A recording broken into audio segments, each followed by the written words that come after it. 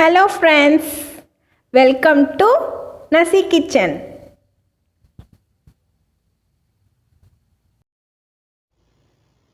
Hi friends, இன்றைக்கி நம்ம சேனலில் ரொம்பவே ஒரு சூப்பரான நல்லா ஸ்வீட்டான சேமியா கேசரி தாங்க பார்க்க போகிறோம்.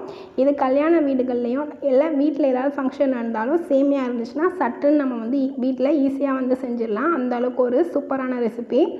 இந்த ரெசிபி அந்தளவுக்கு ஒரு ஸ்வீட்டாக இருக்கும். வாங்க இந்த ரெசிபி இப்போ நம்ம எப்படி செய்கிறதுன்னு பார்க்கலாம். இப்போ அதுக்கு ஒரு பேன் உள்ளே வச்சுட்டு பேன் நல்லா சூடானதும் இப்போ இதில் ஒரு 2 ஸ்பூன் போல் நம்ம நெய் உள்ளே சேர்த்துக்கலாம். கேசரினாலே நம்ம ஆல்ரெடி நெய்யில் தாங்க செய்யணும், அப்போ தான் ரொம்பவே நல்லா டேஸ்ட்டாக இருக்கும். இப்போ 2 ஸ்பூன் நெய் சேர்த்துட்டு இது நெய் நல்லா சூடாகி வந்ததும் இப்போ இதில் ஒரு பட்டை, 2 ஏலக்காய், 2 கிராம்பு உள்ளே சேர்த்துக்கலாம். நல்லா வாசனையாக மணமாக இருக்கும். இப்போ இது நல்லா பொரிஞ்சு வந்ததும் கொஞ்சமாக முந்திரியும் கொஞ்சமாக திராட்சையும் நம்ம உள்ளே சேர்த்துக்கலாம். உள்ளே சேர்த்து நெய்யில் நல்லா வறுத்து எடுத்துக்கலாம். நல்ல ஒரு அரோமாவாக இருக்கும். நெய்யில் முந்திரி திராட்சை வறுக்கும் போது அந்த அளவுக்கு ஒரு சூப்பரான ஒரு வாசனையோடு இருந்துச்சுங்க.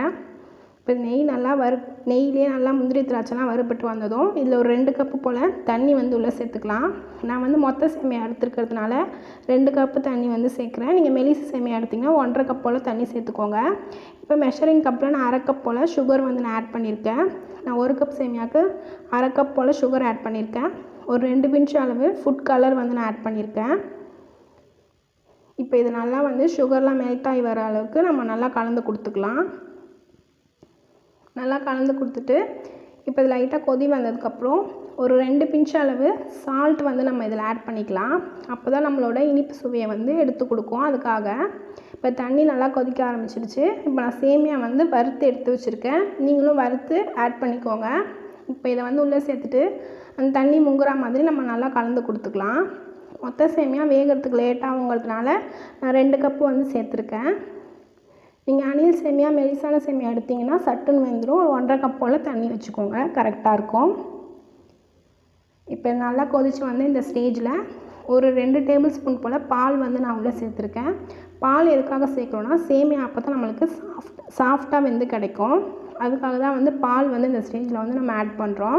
இப்போ இதையும் நம்ம நல்லா கலந்து கொடுத்துட்டே இருக்கலாம். ஒரு மீடியம் ஃப்ளேமில் வச்சு நல்லா கலந்து கொடுங்க.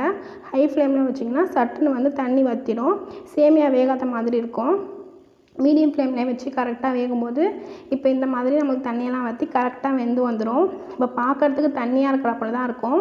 இது ஆறிடுச்சுன்னா அப்படியே நம்மளுக்கு கரெக்டான ஸ்டேஜுக்கு வந்துடும். இப்போ இதை அப்படியே நம்ம ஒரு பிளேட்டுக்கு மாற்றிக்கலாம்.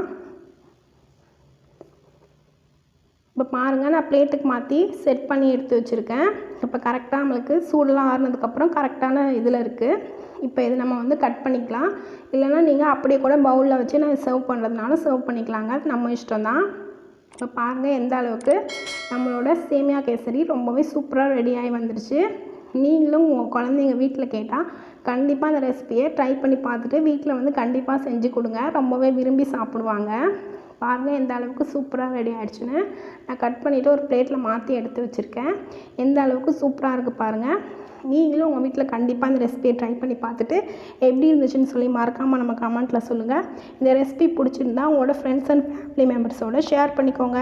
நம்ம சேனலை மறக்காமல் சப்ஸ்கிரைப் பண்ணி வச்சு பார்த்துக்கோங்க. தேங்க்ஸ் ஃபார் வாட்சிங்.